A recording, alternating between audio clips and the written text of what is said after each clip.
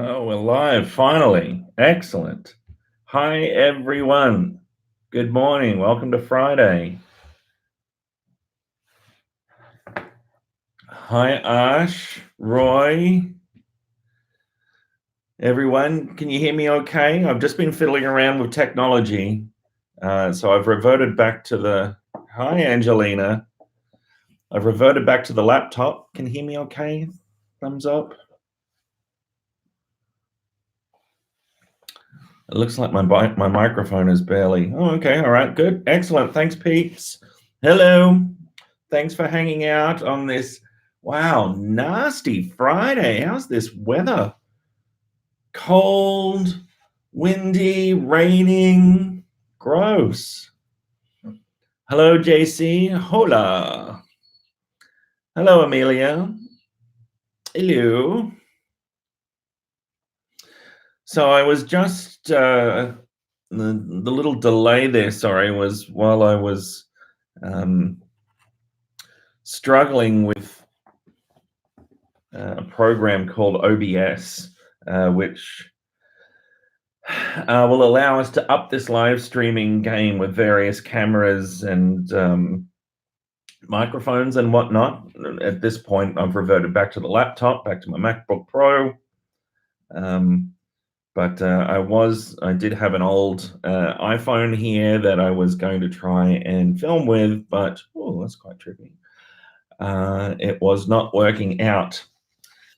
We almost got there. It looked like it was going to work, and then YouTube wouldn't start streaming. So obviously I've got some more details to work out, but we'll see if we can make these live streams a little bit higher and better in terms of production quality. I'll definitely want Charlie. Okay, yes, we'll get Charlie at some point. He's just been outside, so I think we're pretty safe. There's going to be no repeats of the situation with lecture 2. The lecture last week in the evening. That unfortunate circumstance.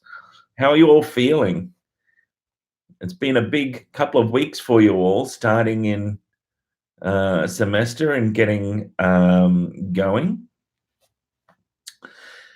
Hi, Snowy Emu. Am I going to be producing any vlogs this semester? I've been asked to do a couple, so I suppose I've been turning my attention to trying to do more live streams. So I'm going to try at the moment we're doing them weekly. I'm going to increase that frequency at times when possible, but for the most part, try to at least do a weekly live stream with you. And at times that will be around or touching on my lecture content. And obviously I'm lecturing for you right now, so we can talk clinical psychology and mental health and illness as well. We can talk about assignments.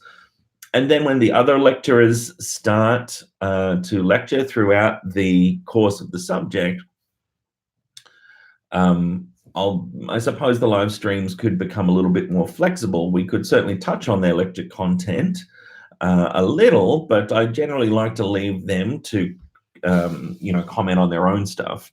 But we can talk about assignments, and we can just talk about how mind, brain, and behavior is going for you, how university is going, and so forth. So like I said in the lectures over the last couple of days, I'm very open to suggestions around what you might want to experience in the subject that you might not be getting yet, and what you might want from these live streams.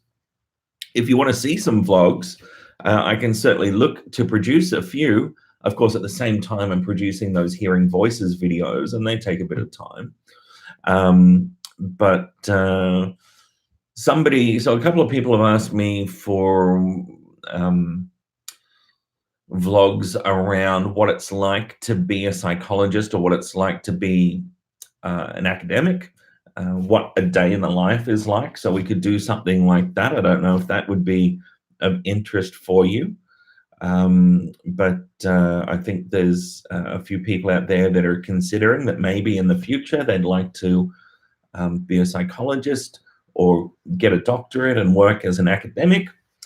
and look into and work in research, and it might be interesting to see what a typical day in the life looks like. So maybe we'll do that. Day in the life of a clean psych. Okay, we can do that. Yeah.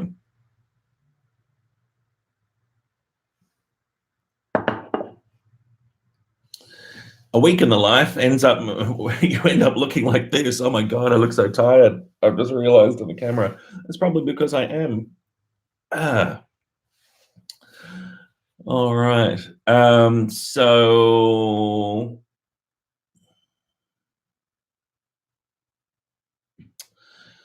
hi, JC. Thanks for asking. Yeah, drink up on that coffee. That is so right. Honestly, somebody just get a double espresso and pour it on my head, and that might help. Mm. JC, that's a good question. So, with those criterion around schizophrenia in the month of active symptoms, if there's going to be at least 2 of those symptoms.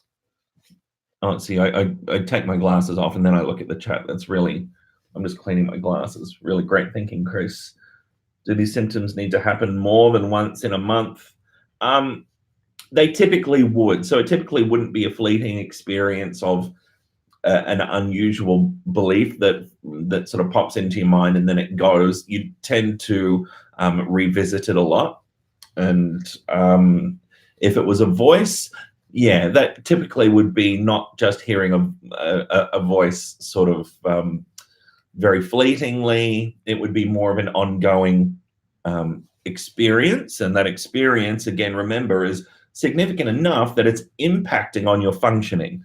That was part of the other criteria for schizophrenia, wasn't it? That the result of that experience is that there's an impact on functioning. There's a disturbance and an impact on occupational, social, interpersonal functioning, self-care, and so forth.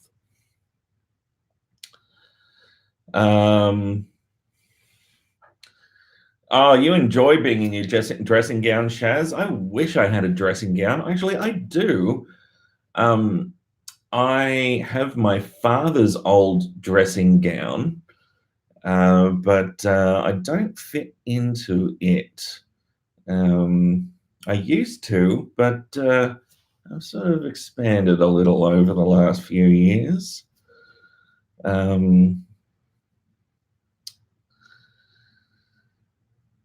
Okay, now before I lose the front end, let me see what was happening at the start of the chat. Finally, yeah, I'm thrilled to finally see a group reference. Thanks, JC. I decided to give in. I've decided to reclaim my name. I might as well.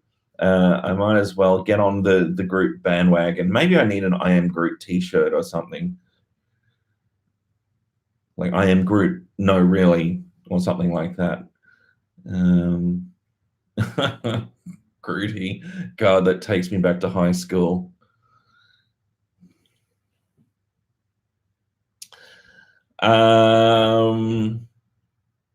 No, dressing gowns, being comfortable, never an overshare, completely fine. Safe space, Shaz, safe space here.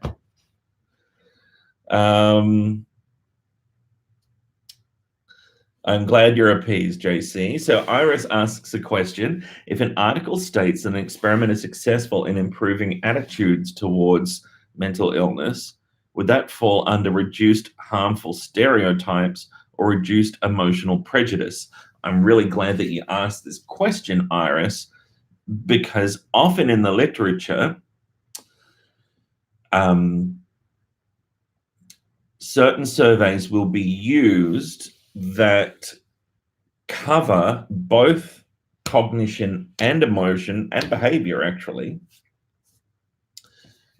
And some researchers may speak in not very precise terms under this banner of attitude. So quite often we might see, for example, people talking about attitudes, and the measure that they've used to look at those attitudes might actually get at perceptions of violence, so beliefs that the person is violent, and also the fear responses. So what I would suggest is that when you read an article that says, intervention X has been successful in reducing attitudes, you actually go and have a look at the measure that they used and just interrogate what that measure is really looking at and whether or not this attitude phrase that they're using is accurate in the cognitive sense, or if it's also got that emotional aspect to it.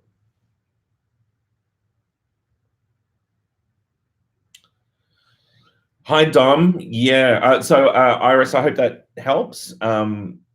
It will. So, the literature is the stigma literature. One of the things that really I'll give you a little bit of a tour of my interest in stigma. One of the first things that interested me in the literature is that it was really wishy-washy, I found, historically. So my research background is in an area called cognitive neuropsychiatry, and it's quite very precise, very quantified, all very more along the lines of very precisely definable discrete elements of cognition, like what we were talking about with various attentional processes in schizophrenia yesterday. And I noticed that the stigma literature, which was more about social psychology, was not that type of really sort of very definable, very quantifiable literature. And I mean, it potentially could be, and that was really where I saw my gap. I thought, oh, we can bring some of our really experimental approaches to this area, and that's the niche of my lab, I suppose.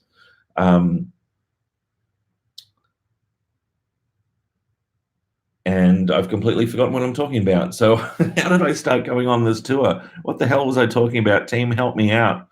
There you go. There's an example of thought disorder right there. My thought train ran off target, and I've lost what I was talking about. Stereotypes, prejudice. Yeah, the vagueness of the stigma literature. Yeah.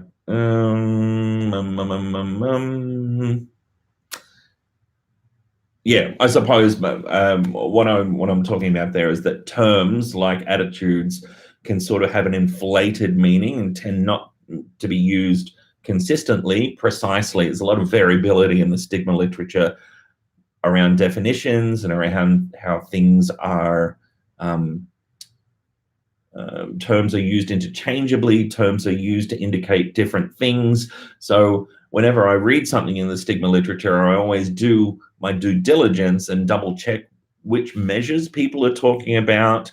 And then that will give me an insight into what they mean when they say they're operationalizing, attitudes. How are they doing that? And are they really talking about attitudes, or are they talking about prejudicial emotional responses? Are they talking about intended behavior? What is it? So a little bit of work to be done, but if you do that work, it'll just add clarity to your work then and to your conceptual understanding of what's going on. So it's a really good process to go through as well, just academically, to start thinking about when people say, construct X, what exactly do they mean? How are they operationalizing it? How are they defining it in terms of their measurement for their study?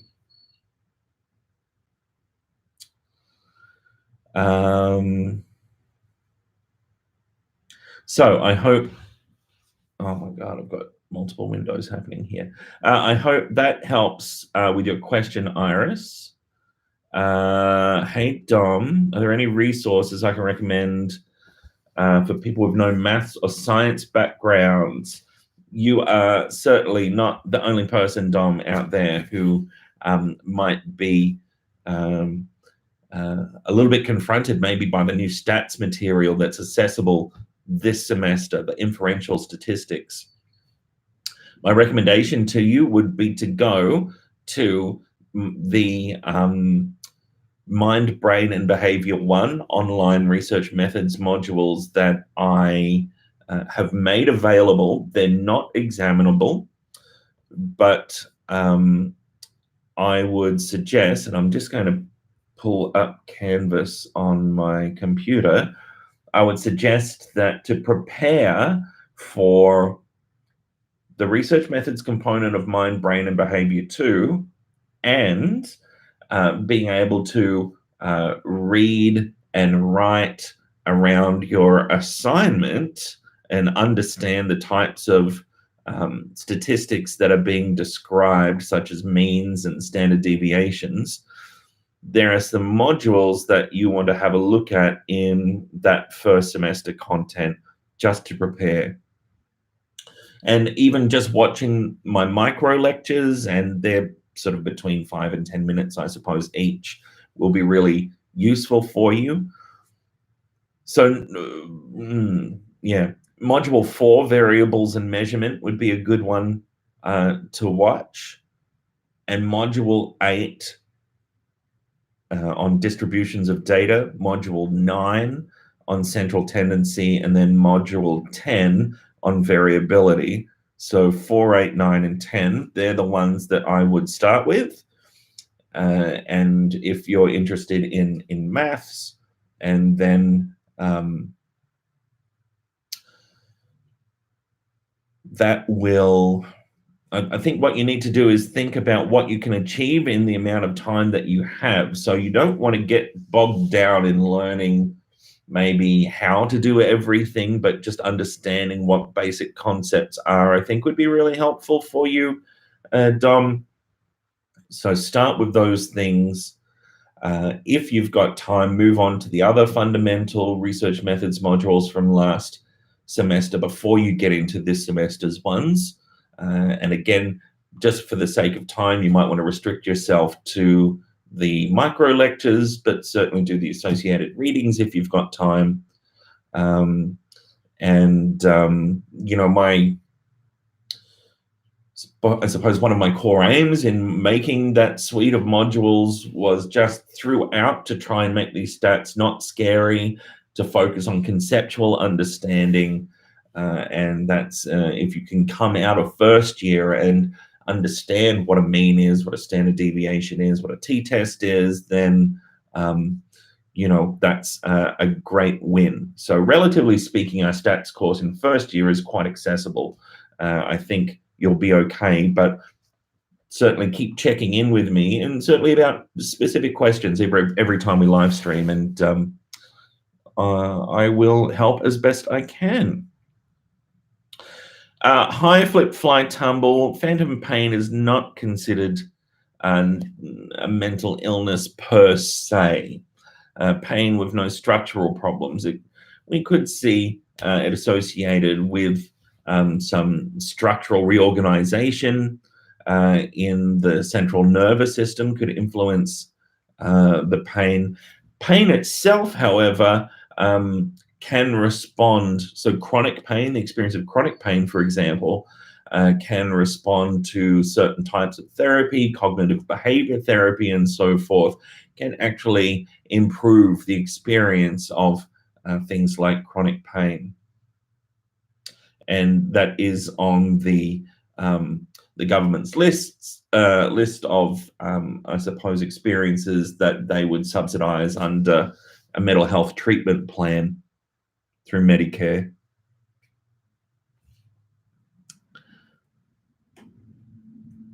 We've been looking at CT scans as well as fMRI images, the human brain. Image our own brains. Yeah, that would be fascinating, Thomas. I give you that. I grant you that. Is it possible? Not pragmatically. So it would be super interesting. You saw, I think, the photo I showed you in my first lecture of me holding the human brain, and I was really lucky in that the university I went to for my psychology undergraduate degree had a relatively small cohort, and we got to do some really unique things like that. Scans are expensive, and getting access to a scanner is really difficult. If we wanted to scan everybody in the first year program, it would cost about $1.5 million, around there. I don't have that lying around. But you're right, it would be really interesting, right? Yeah.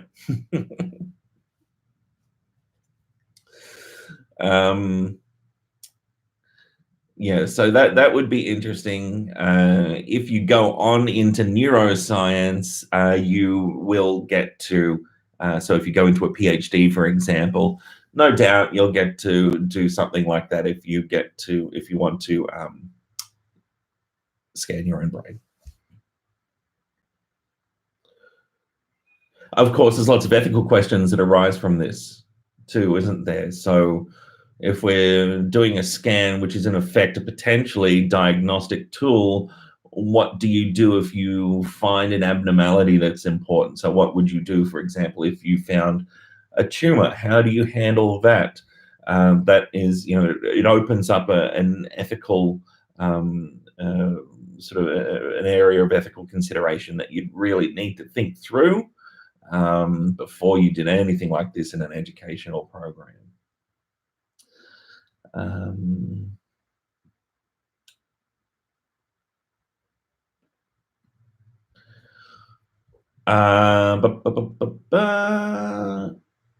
mean, like on campus, not asking for a friend.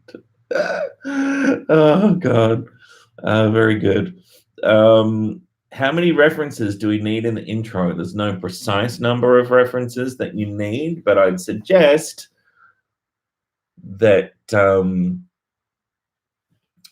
if you think about the way that, and I'm sure your tutors have been speaking with you about the introduction, if you think about the way that the introduction plays out, you're going to have an introductory paragraph that gets straight to the point. You'll be talking about stigma, about mental illness, and it's important to reduce it because of X. And so you might say it's important to reduce because stigma is a barrier to help seeking for mental health issues and so forth. And you'd give it, so for any of these claims, you'd make that claim based on evidence, of course, wouldn't you? So there's some references you might give around establishing importance, around establishing what stigma is and defining stigma, around defining what a contact intervention is, an educational intervention. And of course, once you've got that introductory section out of the way and you move into the literature review, if you think about what the study's about, and it's about testing the effectiveness of a hybrid, contact and educational intervention to reduce stigma, you would need to talk, of course, about what stigma is somewhere in terms of emotion, cognition, and behavior. You'd also need a section on contact-based interventions and what sort of work's been done there before, and on educational interventions, and then that sort of all packages together. You could see how you could weave in a narrative there that would be leading your reader to expect that the aims that you're going to articulate and the hypotheses that you're going to put forward for your assignment are in fact going to be about a study that's going to look at reducing stigma through a contact and educational hybrid intervention. So if you weave that narrative through the literature review, you're telling your reader what to expect. They can almost, or they should be able to know almost what your hypotheses are going to be before they get to read them, because your literature review has set it up. You've built that good argument. I'd imagine you'd probably want at least a couple of references in each one of those areas, wouldn't you? And I know it's that's a somewhat of a vague answer, given that this is the first time you've done it. It's one of those things that you won't really get a feel for until you do it. So that's an interesting question. We do have work built into upcoming tutorials around this. I think I'll speak with Caitlin after hearing your question. It's a good one. and see if we can build in a little bit of rehearsal around knowing how many references to include. Would that be helpful?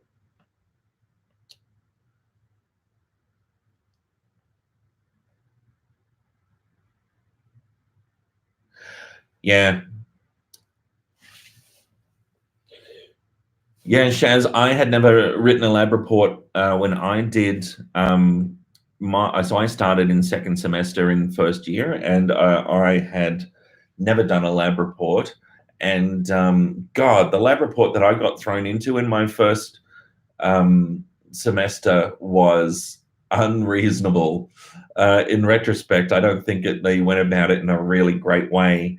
They gave us raw data. They gave us very little explanation about what the study was about. We had to do our own statistical analysis without any formal tuition really around how to do a t-test. So there was no sort of stats modules like you have now from me.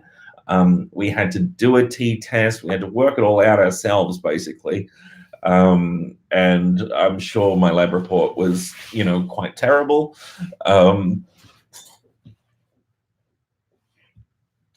It's one of those things that are very formulaic. So if you follow the recipe, and the recipe is the marking criteria, if you just make sure you do everything that's in the marking criteria, you cannot go wrong. I suppose the quality may vary with how you do it, but as long as you do the things, they're there at least, and you're going to be accruing marks. A lab report, if you've been a creative writer before, is going to feel thoroughly unnatural, thoroughly clunky. There are things that don't feel right when you first start in. So, for example, in the results section of the lab report, this is just where you report the results. You say, hey, this is what we found, but you don't say what it means there. That comes in the discussion section. And that's often really discombobulating for people. It's very unusual outside of the context of a scientific report to say, here's what we found, and then leave that be. And then somewhere else say, here's what it means. Usually you'd put those two things together, but not in this instance. So it's one of those things that you'll become more familiar with over time, Shaz. Operationalize. Go back and have a look, Shaz, at my first semester research method stuff. One of the first modules is dealing with how we take abstract concepts like stigma that don't physically exist. They're not tangible, like my little espresso cup. Can't pick it up. Can't measure how heavy it is or how tall or wide it is. Stigma is a non-physical thing. So how do we take that non-physical thing and make it measurable? That is what we're talking about when we're talking about operationalization.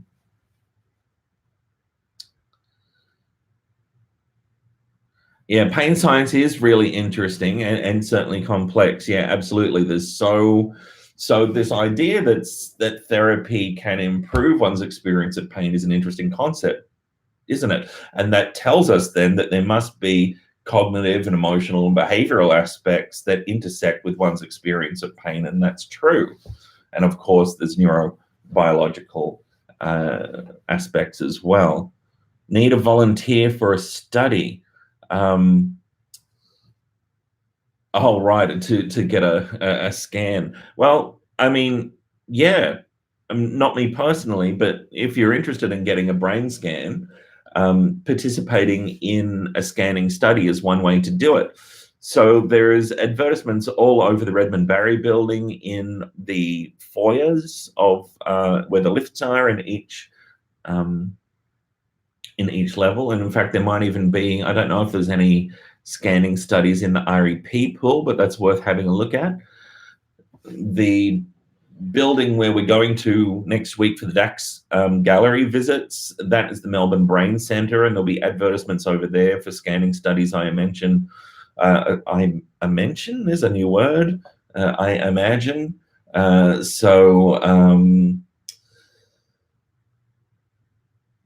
Yes, this is one way in which you could get a scan if you were interested in seeing your own brain.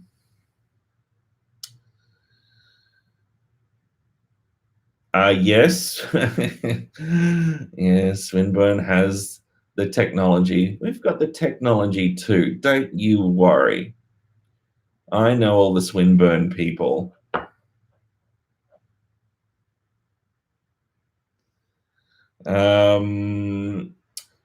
Hi, Chloe. Yes, you need 3 hypotheses in assignment 1. That is correct. So 1 for each of the research questions. I've given 3 research questions. You will convert those into your aims for the study. They're your core aims. And then you will distill those into those specific testable, predictive, falsifiable statements, those hypotheses.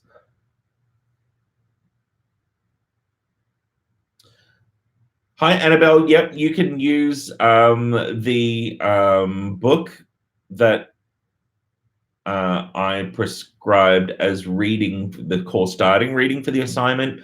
You can absolutely use that for definition of stigma. That's fine. When should you introduce your research question? Yeah, that's a really good idea. So in the first paragraph, we want to have a very clear idea about what the core area of this research is going to be. We want to be quickly oriented to what the core aims are, what the core research question is going to be. We want to know about why it's important, and we want to know what, I suppose, the definition of important concepts are at their point of introduction. And then once you do your literature review, you will present formally your aims for the study, which are essentially around those research questions quite broadly, and then you'll distill them down. The last thing you do in the introduction is provide the hypotheses. And remember, they're predictive statements. So you're predicting an effect always, never predicting no effect. So you're not going to say, we predict that the MBB2 clinical course won't be successful in reducing stigma, or you're always predicting an effect.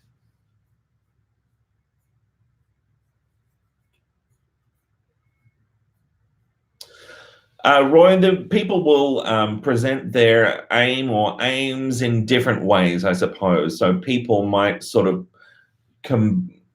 combine, might say that the general aim of this study is to examine the efficacy of, first-year introductory clinical psychology course in reducing stigma about mental illness. Some people might be a little bit more discreet around the aims. And say, we're testing that efficacy about reducing mental illness and stigma about mental illness in terms of attitudes, emotions, and behavior. And other people might speak about them at those broad level sorts of terms. Speak about them broadly at that higher level. But deal with the cognition, the emotion, and behavior separately. And then when you get down into those hypotheses, that's when people are going to be saying, it was predicted that, et cetera, et cetera, et cetera.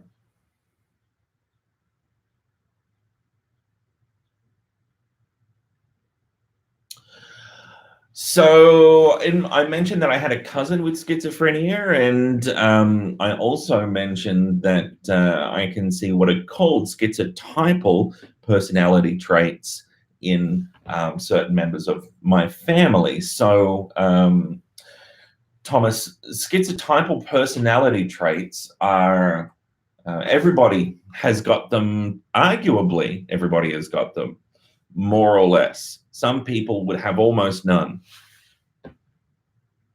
But there tends to be a distribution in the general population of these types of traits. And they're basically ways of being, factors that make up part of our personality. And these factors are like very subtle versions of some of the symptoms that you see in psychosis. So instead of maybe having a well-formed delusion, like the ones that we've talked about in recent lectures, you might be prone to what we'd call magical thinking or superstitious thinking. And I think we're all familiar with the idea of superstition, right? You might be prone to having hallucination-like experiences, but not full-blown hallucinations. So maybe you might feel like you heard your phone ring and you check your phone, but nobody has called it. You might think you've heard your name called, but you turn around and there's no one there, or there's no one in a noise. You know, if you're in a cafe, you might think you heard your name and you turn around and there's no one talking to you. These are experiences that most people would have more or less. With these schizotypal personality traits, they occur more. So this is, again, a dimensional experience. And then there's other dimensions. So we're talking about like a dimension of hallucination proneness, a dimension of sort of proneness to magical thinking and delusion. We could talk about cognitive disorganization as another continuum,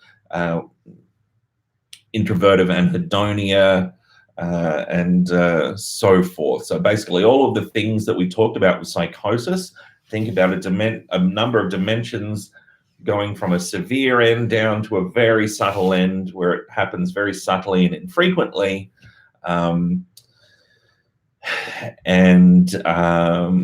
If we're moving more up that dimension and it's sort of occurring in a systematic way, we might say that we are looking at schizotypal personality traits. There's all sorts of personality traits that we can relate to various types of mental disorders. So, for example, we've talked a lot about bipolar disorder as well, and we could think about hypomanic personality traits as being related to bipolar disorder.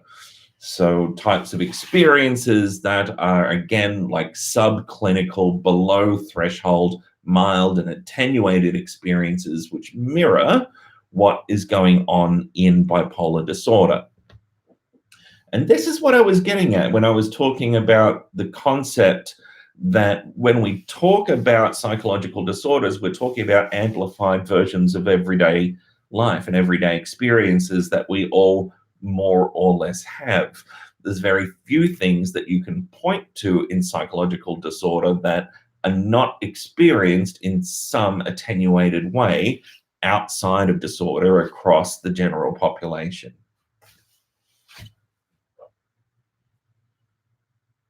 Yes, Roy, that can absolutely be the case. So somebody could have an onset that's certainly characterized by positive symptoms, hearing voices and delusions. Maybe that wanes over time and the negative symptoms are more prominent moving forward. Absolutely, not an uncommon course of illness. So I hope that helped, Thomas. Oh, Lizzie, did I skip your question? Dearie me, I'm a naughty doctor. Where are we? Lizzie, hello, Chris. Is mental illness and mental health the same thing? Yeah, that's a really interesting question. So, Lizzie, it's the emerging and expanding use of the term mental health to encapsulate what we would consider to be a mentally healthy state and a mentally ill state and everything in between is a response to an emotionally, politically fraught space with language. So on one hand, we want to use terminology that is maybe not depressing, is uplifting, doesn't send a negative connotation. And so we would tend to look for where we can use terms maybe that suggest the possibility of hope and so forth, reduce stigma, right? So, and you would have noticed that my use of terminology is sort of changing as we go through the subject. I started off speaking very broadly in terms of mental health issues. And that was when we were talking broadly about, I suppose, states of mental health and illness that were either diagnosable or non-diagnosable, so ones that maybe had clinical significance or not. As we move into that diagnostic space, I start to talk about disorder and illness more. In my opinion, one can worry too much about labels at the cost of clarity, accuracy, sincerity, and actually progressing the work. And this is something that Professor Pat Corrigan has talked about recently in an article. In fact, I'll put that article up on the LMS for you.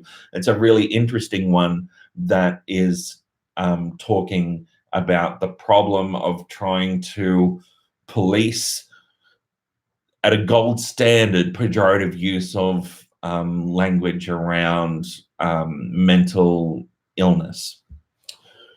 So the mental health sort of umbrella term is used by some to sort of encapsulate everything mental health and mental illness.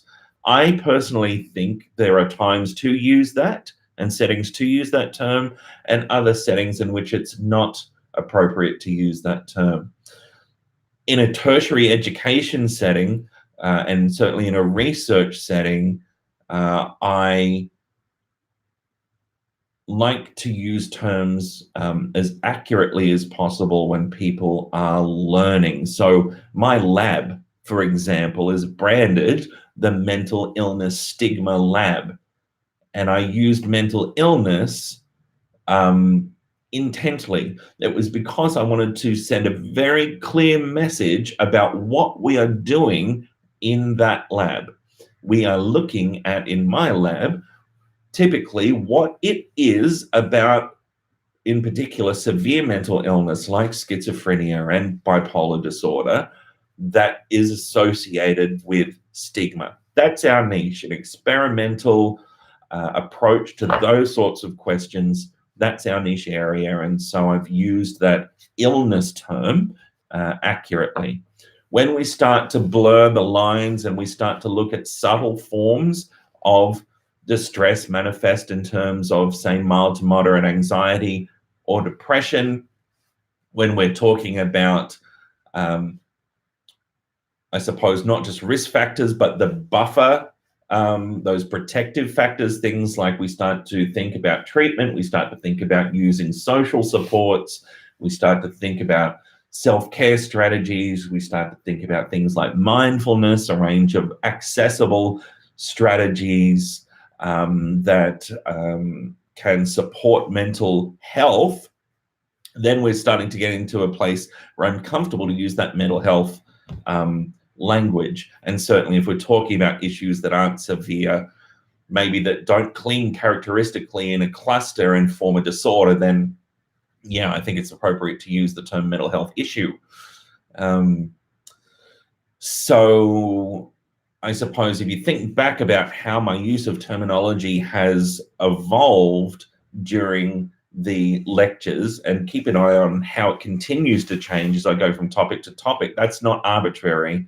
I'm being very, I suppose, mindful of how I'm using terminology as I go on.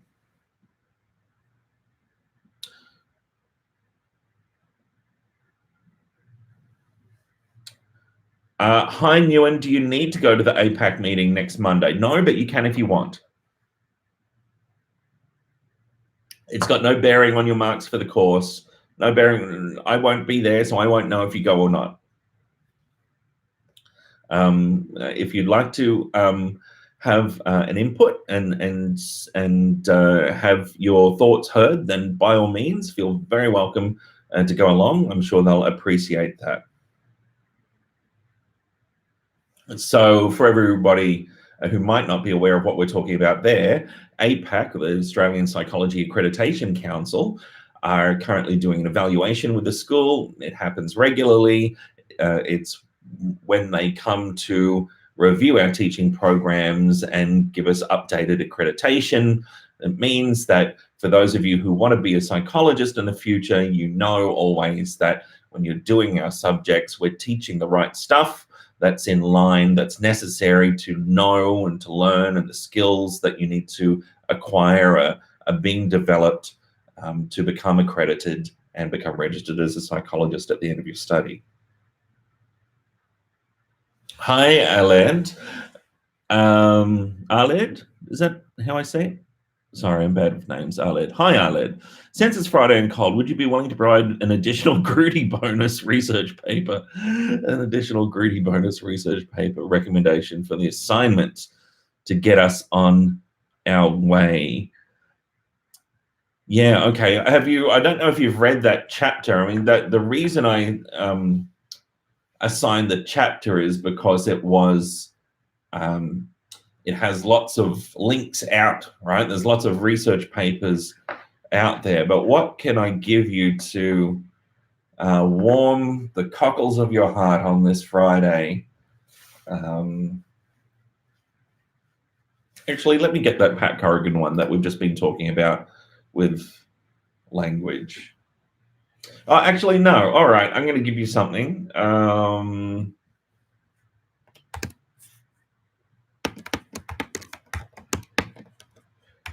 So this is a bit of a higher level paper.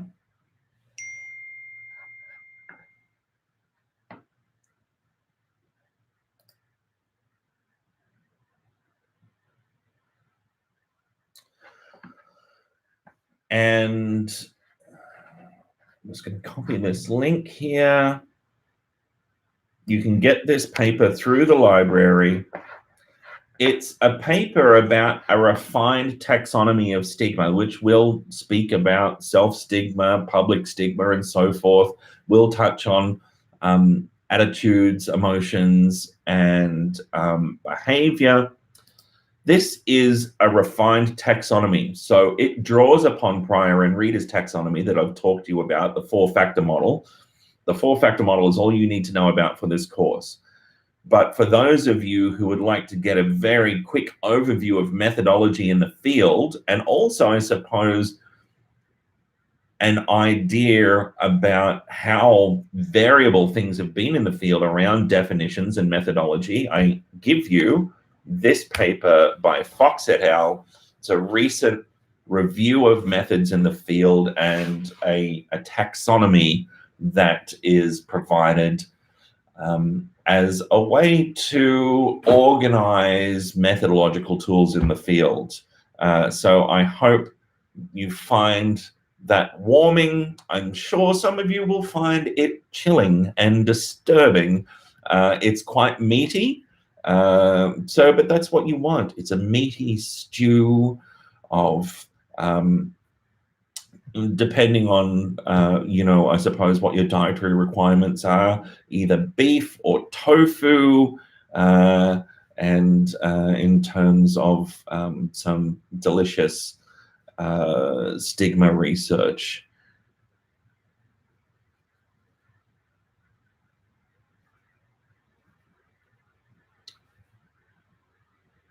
Snowy Emu, yeah, I suppose one of the things I don't want to create is a misleading picture that people who experience mental illness are never violent. Of course, people who experience mental illness are sometimes violent, and people who don't experience mental illness are sometimes violent. You ask about schizophrenia in particular there, the link between schizophrenia and violence is not well understood in the literature. The literature is systematically biased, actually. It's sort of tipped towards trying to understand schizophrenia as people who are living with schizophrenia as perpetrators of violence, but not as victims, even though they're more often victims. So, you know, the thing with stigma is it's very complicated, and we're going to have more and more opportunity for discussion as we go along. I don't want to paint the picture that, you know, I've already talked about stigma being functional, right? So functional in terms of it keeps us alive, keeps us safe. It's stereotypes are a great way to navigate the environment and stay safe, but sometimes we get conditioned to believe things are threatening when they're actually not. So that's the problem with stigma. And stigma is multifaceted. It's beyond the negative attitudes, the negative emotions, and the negative behaviors. There's also positive sides that we think about balancing the scales. So we think about experiences like empathy. Empathy, for example, is a really good thing to think about with your assignment around contact-based interventions. So contact-based interventions at the core are theorized to work through cultivation of empathy in the process of interacting with somebody with lived experience. And empathy is thought to be a buffer, a blocker. So we might have, negative attitudes, and that empathy might be a buffer that tips the scales a little bit and buffers the impact of negative attitudes and emotions, for example. They can offset each other. It's not that it's all or none. It's that they're all there and they're sort of working in opposition and blocking each other more or less.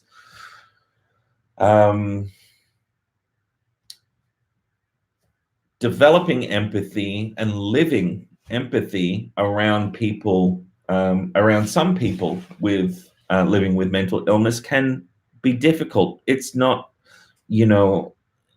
limited to liking a Facebook page about Beyond Blue, or sharing the "Are You Okay" banner in your Facebook status update in October. I mean, sure, that's a part of it, but actually living empathy and exercising kindness, it's something that it can be gritty, and it can be difficult, and it can be unpleasant, and it can be taxing. But this is what we do as humans. We support each other. This is the nature of kindness. And just like any other skill or attribute, the more you practice it, the better you get. And practicing this skill is good for you too. The important thing to remember is that if you are in a situation where you are giving of yourself to support somebody else living with mental health issues, then it's important that you yourself are also looked after, and that you're making sure you're getting the support you need. So empathy, it's not a sanitary thing. It can be dirty, but it's good for people, and it's good for you.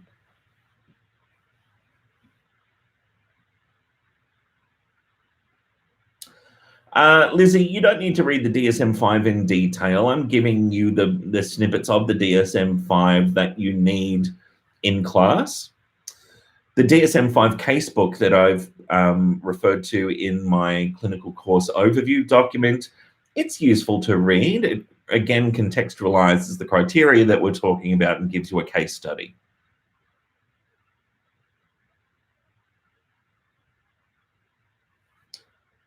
Oh, Aled means offspring in Welsh. I did not know that. Well, thank you very much. Oh, I'm glad you read chapter 24. Good. It is a good read. That whole book's a good read, actually. And that's the other reason why I prescribed that book, is because there's so much good stuff in there that people might just read on to, that will be good for your interest and for your learning, and potentially for your assignment, but certainly beyond.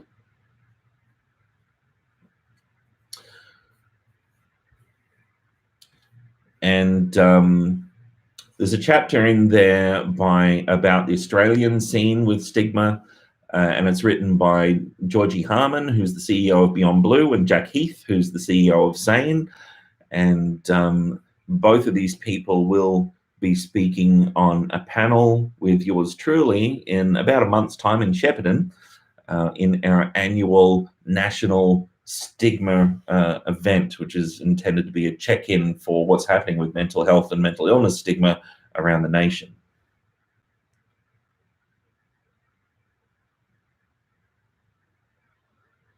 Yeah, the quality of the nature of the contact. Yeah, that's right, Chaz, absolutely. Very good point. All right, so it's 11 a.m. Now, I am just switching to my email because I know somebody sent me an email with some, oh, I turned my email off, didn't I? With some questions to be answered. I'm dialing into a board meeting very shortly, so I'm going to have to wind up soon. But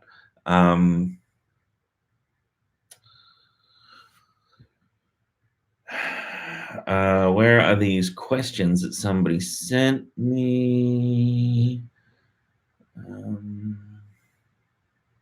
Wow, my inbox is just like a raging torrent. I can't believe I've received this many emails today. Wow. Okay, so Emma has sent me some questions here for the live stream.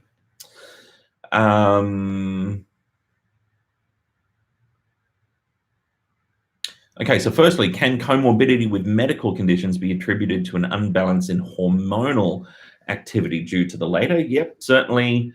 In some cases, medications that affect various processes, including hormones, can have an impact on us, on our mood regulation and so forth. So yes, absolutely.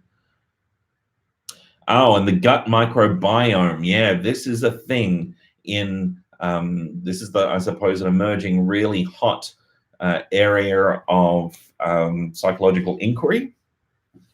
This relationship between the gut, the microbiome, and our state of mental health. More and more, there are links being drawn between mental health, mental illness, and the gut. And there's a whole new research center opening at the university to explore the gut bacteria, the microbiome, and so forth, and its relationship to psychological functioning. Really interesting area. Not my area at all, but certainly interesting. Okay, so Emma's next question was that some of the manifestations of the symptoms required for generalized anxiety disorder can also be attributed to severe stress factors, so restlessness, easily fatigued, difficulty concentrating, etc., etc. How can one make a difference between the effects of long-term stress and generalized anxiety disorder? Okay, so essentially the question is here, how do we tease apart maybe long-term stress and anxiety, generalized anxiety disorder, when some of those symptoms that we are expecting in generalized anxiety disorder around being easily fatigued, being restless, etc., are also experienced in response to stressors generally, prolonged stressors in particular. Any thoughts out there? I know what the answer is, but I'm certainly interested to hear what you guys might think. I know we only had the lecture a couple of days ago, so it's a bit mean. I haven't given you an opportunity to study yet.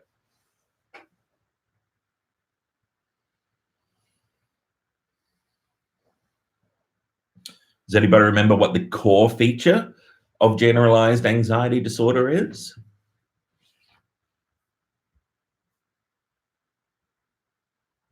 Yeah, it could be prolonged.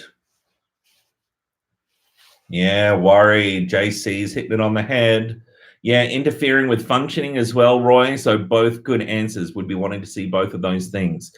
Yeah, but if it's specifically generalized anxiety disorder, then worry. Worry is that thing, that uncontrollable worry, worrying about a range of life circumstances, more days than not, for at least 6 months. Then we'll be thinking about generalized anxiety disorder if we also see those symptoms, and as Roy said, the impact on functioning. So kudos. Oh, look, there we go. I've got to give away more textbooks, and I think that's a great way to end the live stream. So JC and Roy, you both win one of those clinical psychology textbooks that I gave away at my last stream. So congratulations, good answer. Send me an email, and we will meet. We'll make a time in the coming week, maybe around lectures or something, to for you to come and collect your prize. So well done, Roy, and well done, JC.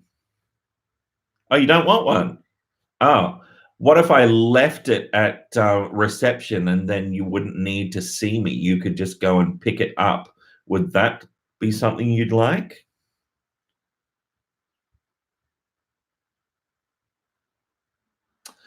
All right.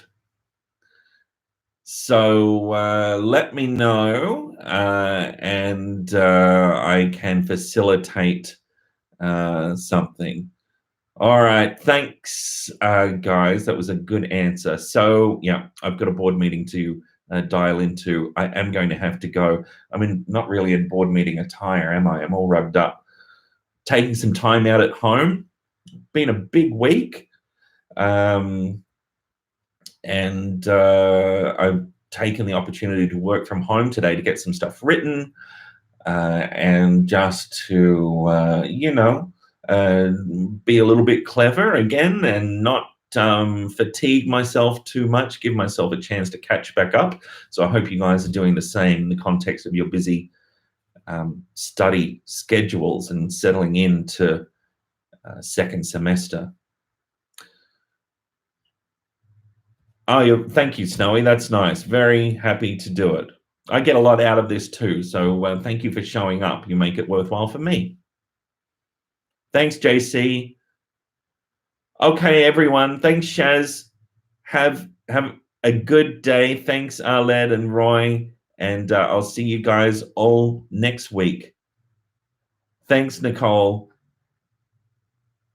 All righty. Take care, everyone. Have a nice weekend.